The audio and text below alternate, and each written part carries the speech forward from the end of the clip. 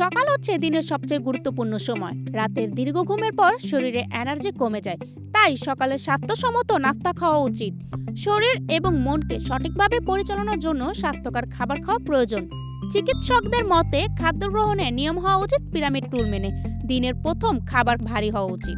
এক্ষেত্রে কোন খাবারটি উপকারী আর কোন খাবারটি ক্ষতিকারক তা নিয়ে সন্দিহান অনেকেই। সকালের খাবারের তালিকায় এমন কিছু থাকে যা পেট ভরালেও শরীরের জন্য ক্ষতিকারক। চলুন জেনে নেই সকালের নাস্তায় কোন কোন খাবারগুলো স্বাস্থ্যের জন্য ক্ষতিকর। সকালের নাস্তা হিসেবে বাজারজাত করা ডোনাট, পেস্ট্রিজ ইত্যাদি পরিশোধিত কার্বোহাইড্রেটযুক্ত খাবার প্রাথমিকভাবে শক্তি বৃদ্ধি করতে পারে, তবে এটি আমাদের ক্লান্ত এবং খিটখিটে করে ফেলে। পাবলিক হেলথ নিউট্রিশনে প্রকাশিত একটি গবেষণায় দেখা গেছে সকালে উচ্চ চিনি গ্রহণ দিনের শেষের দিকে মস্তিষ্কের কর্মক্ষমতা হ্রাস করে। চিনিযুক্ত খাবার নিয়মিত গ্রহণ করলে তা ডায়াবেটিসের ঝুঁকি বাড়িয়ে তুলতে পারে। এই সব খাবার আমাদের এড়িয়ে চলা উচিত। দই সকালের নাস্তা হিসেবে বিবেচিত হলেও এই দইয়ে অতিরিক্ত চিনি এবং কৃত্রিম স্বাদ স্বাস্থ্যের ওজন বৃদ্ধি এবং রক্তের শর্করা মাত্রা বৃদ্ধি করে। যদিও সাধারণত টক দইয়ে প্রোটিন এবং প্রোবায়োটিক সমৃদ্ধ, তবে স্বাদযুক্ত দইয়ের স্বাস্থ্যের উপকারিতা থাকে না। পরিশোধিত ময়দা দিয়ে তৈরি সাদা রুটি, যার মধ্যে প্রয়োজনীয় পুষ্টি এবং ফাইবারের অভাব রয়েছে।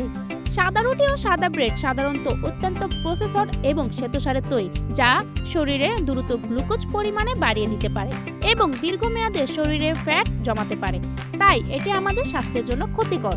সকালে নাস্তায় প্রক্রিয়াজাত মাংসের তৈরি বিভিন্ন খাবার খাওয়া হয়, তবে তাতে সোডিয়াম এবং প্রিজারভেটিভ বেশি থাকে।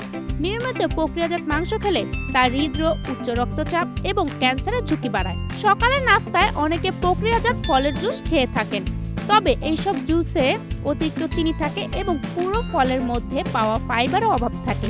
নিয়মিত প্রক্রিয়াজাত ফলের জুস খেয়ে রক্তের শর্করা পরিমাণ বেড়ে যায় এবং ডায়াবেটিসের ঝুঁকিও দেখা দিতে পারে।